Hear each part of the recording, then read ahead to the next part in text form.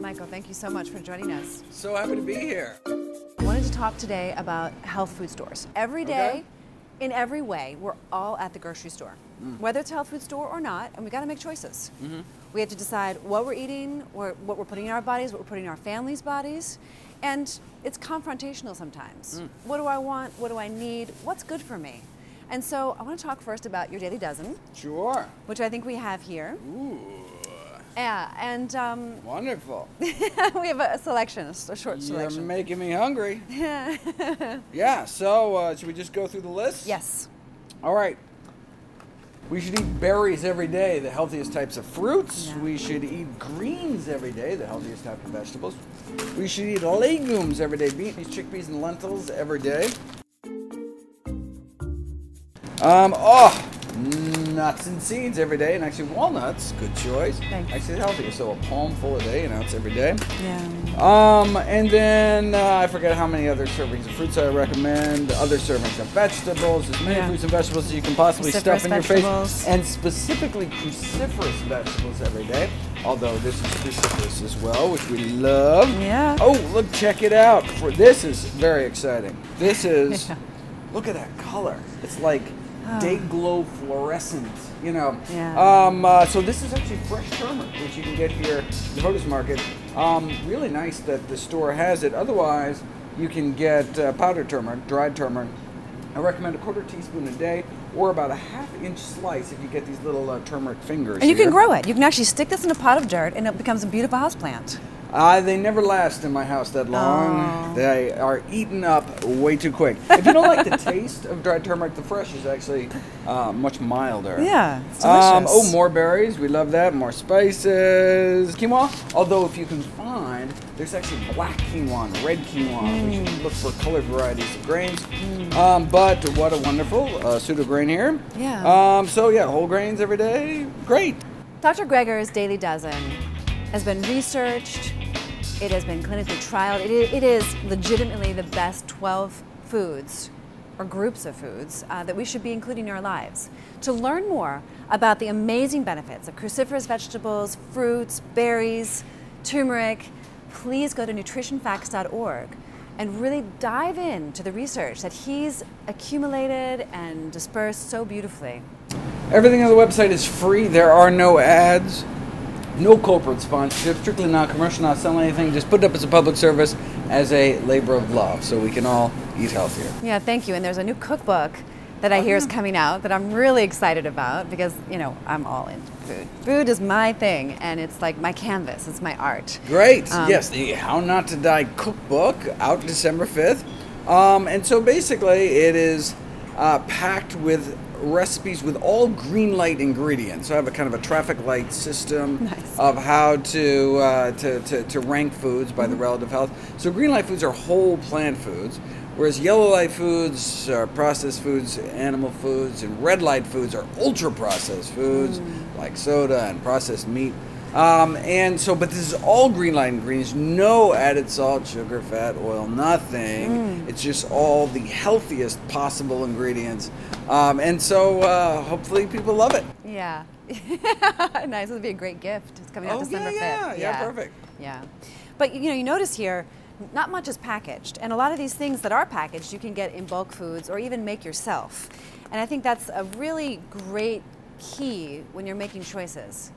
Packaged food is not the best for us, but whole foods from their source are ideal. So let's move into the foods that we should avoid that are trending right now that we may want to either limit our consumption of or consider avoiding altogether. There are some serious trends going on right now, and there's a lot of people who have their stories about why it's so good for us. One of the biggest things I'm seeing trending is bone broth. Yeah. It's been an ancient tradition in a lot of cultures over time, and they say that it provides collagen and it heals our intestines and it does all these fabulous things for us. Can you speak to me a little bit about bone broth, or us about yeah, bone well, broth? I mean, collagen, so collagen, also known as gelatin, is the one kind of protein that actually doesn't have all the essential amino acids. It's actually missing tryptophan. So people think, you know, incomplete protein, there's really only one incomplete protein in the food supply, and that's collagen or gelatin. So it's like the one food that you couldn't actually live off of because you just die of protein and malnutrition. But that's not why you should avoid bone broth. We should avoid bone broth because of the lead contamination. Oh. And so, I mean, our body's really good about detoxing from lead, and within a matter of weeks, we can cut the amount of lead in our half we become exposed. But the question is, where's that lead going? It's actually being stored in our skeleton. Oh. And so then when we get pregnant or become menopausal or osteoporotic, and anytime there's any flux of the bone, that lead then pours back into our system and cause problems. That's the problem with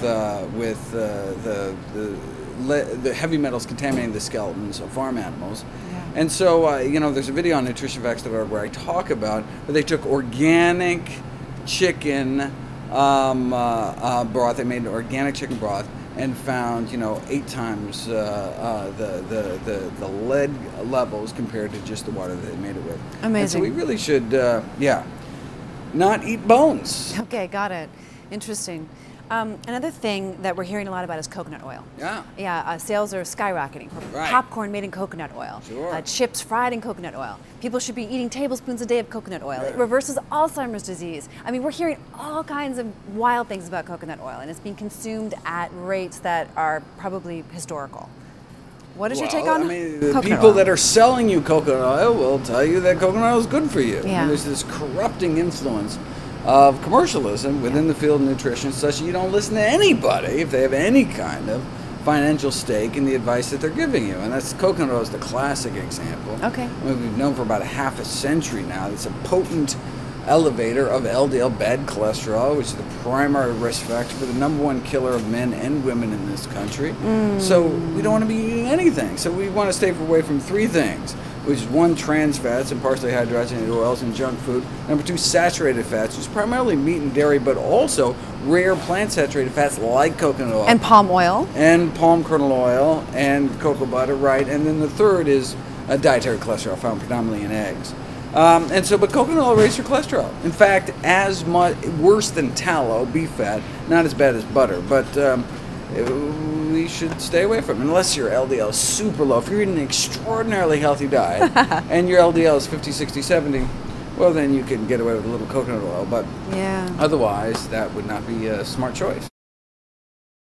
You know, I see on the playgrounds at school and the lunch, you know, the lunch yards, kids are eating these vegetable chips. Now, we're trying to get more of the daily dozen, and you know, how do you do that? You know, are chips a good thing for our kids to eat and for us to eat? How about just eating vegetables, right? Instead of vegetable chips, right, with added sodium and very little vegetables in it, how about slices of bell pepper or, you know, baby carrots? Or, I mean, there's ways you can eat healthy food that's delicious without all the processing, which robs the nutrition and adds stuff you don't want, like the added oil and added sodium. Yeah, I mean, deep fried. They're deep fried vegetables. Well, often, and that's the one way we don't want to eat our vegetables, deep fried. Otherwise, eat them raw, eat them cooked, eat them microwaved, eat them steamed, eat them boiled. Any way you like them. Any way will get you to stuff more of them in your face, with the exception of deep frying. Like vegetable tempura is probably not a good idea. Right, got it. Okay. Another one are these bars. I know people are on the go and they grab bars. A bar, you know, and they become like the new candy bar. If you've noticed, you can see these bars everywhere. Right. So what is your take on these bars? Some are better than others. Okay. I mean, but most are just the standard. Basically, you're right. They're candy bars, right? Yeah. So they're, you know, they say oh no, we don't have sugar. We have brown rice syrup, which is sugar. I mean, or agave nectar, sugar. These are just sugar. These are refined sugars. There are a few. They're actually all fruit, all nuts. So a few brands that literally is just like date paste with some nuts in there. Fine. That's what we need to look for. Yeah. All whole foods. That's what we're really going for. And nuts. But often the fruit and nut bars, it's held together by honey. right, honey, which is sugar, right? But no, there's actually some that's all. So basically, it's trail mix in a bar, which is just like nuts and seeds and dried fruit. And that's good stuff. Great. Yeah, sure. that's good stuff. That's good on the go food. Kombucha is a big theme. I mean, I see now even on tap here in California. Okay. Kombucha. What is your take on kombucha? Yeah, so I have a video on kombucha. There's these rare case reports of people ending up in lactic acidotic comas after eating kombucha, both commercial kombucha and homemade. We're not exactly sure why, but why not stick to foods for which no one has ever fell into a coma after eating? Okay, got it. And then the final thing is spirulina. Oh, yeah. Spirulina is you see it everywhere all the time. Okay. And what is it healthy? If you want to have a green powder, I would recommend chlorella, because spirulina and blue-green algae are contaminated with toxins. The blue-green algae actually produces these toxins, and the spirulina, because it's just scooped out of a lake instead of grown in a stainless steel tank or something, it gets contaminated.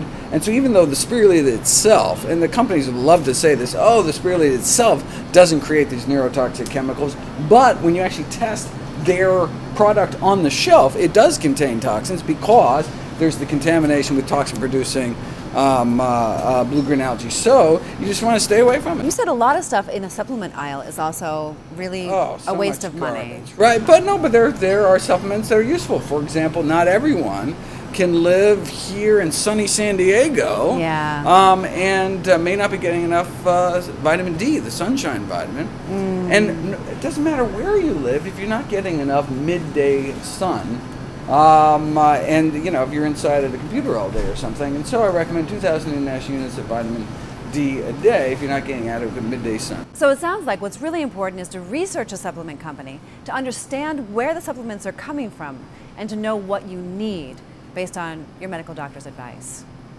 How do you research a supplement company? Well, you go to their website. Of course, they're going to say their supplements are great. What we need is independent third-party testing for both, heavy metal contamination. Plus, does it actually have what it says it has? That's tricky. The supplement industry is so poorly regulated that you don't know what you're getting. I mean, and so that's why, ideally, we should get most of our nutrients from the produce aisle. That's really important that you said that. You're right. And where's the money going to come from to get those independent studies? I mean, that's really tricky. Yeah, thank God for your work, because it's really important. We're wasting a lot of time and money and energy. We're getting sicker. We've never been sicker than we are today, and in our culture at least. And it's time that we wake up and learn how we can make better choices. Well, the good news is that we have tremendous power over our health, destiny, and longevity. The vast majority of premature death and disability is preventable with a plant-based diet and other healthy lifestyle behaviors. So now that plant-based nutrition is gaining momentum, we see a lot of people reaching for plant-based protein powders. What is your take on protein powder? Why not just get protein the way nature intended in whole foods? Anyone who doesn't know how to get protein in a plant-based diet doesn't know beans.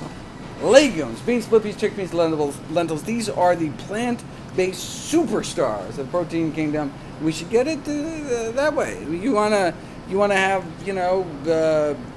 protein in your morning smoothie? Add some sprouted lentils. Mash some canned white beans into your oatmeal or something. But that whole food, because then you get all the nutrition and not just the isolated protein. Yeah.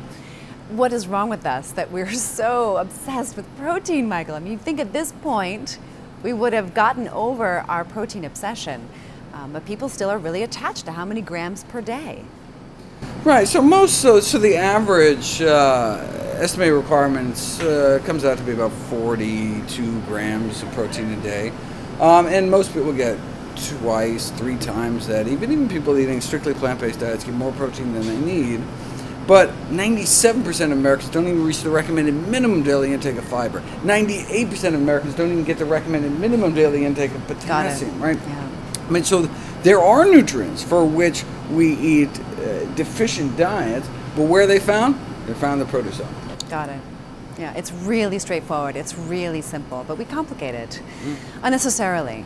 But protein powder is a huge craze. I mean, are there dangers to our health when people are consuming large amounts of protein powder? Oh, well, I mean, there's just no need. I mean, if you have healthy kidney functions, your body should be able to get rid of it. But I mean, it's a lost opportunity. every time we put something in our mouth, it's a lost opportunity to put something even healthier in our mouth. You know, food is an opportunity, has an opportunity cost. I love it. It's kind of a zero-sum game, so might as well stick to the healthiest food out there. Thank you so much, Michael. You're welcome. We really appreciate you being here with us in San Diego today. More importantly, we appreciate your work, and we want everyone to know that Michael's work, Dr. Greger's work at nutritionfacts.org is incredibly valuable. Whether you're a woman or a man, a child, a teenager, the Daily Dozen are the 12 food groups, types of food that we should be consuming on a daily basis. Learn more about these foods, learn more about the research that's gone in to why these foods were chosen through Dr. Greger's work at nutritionfacts.org.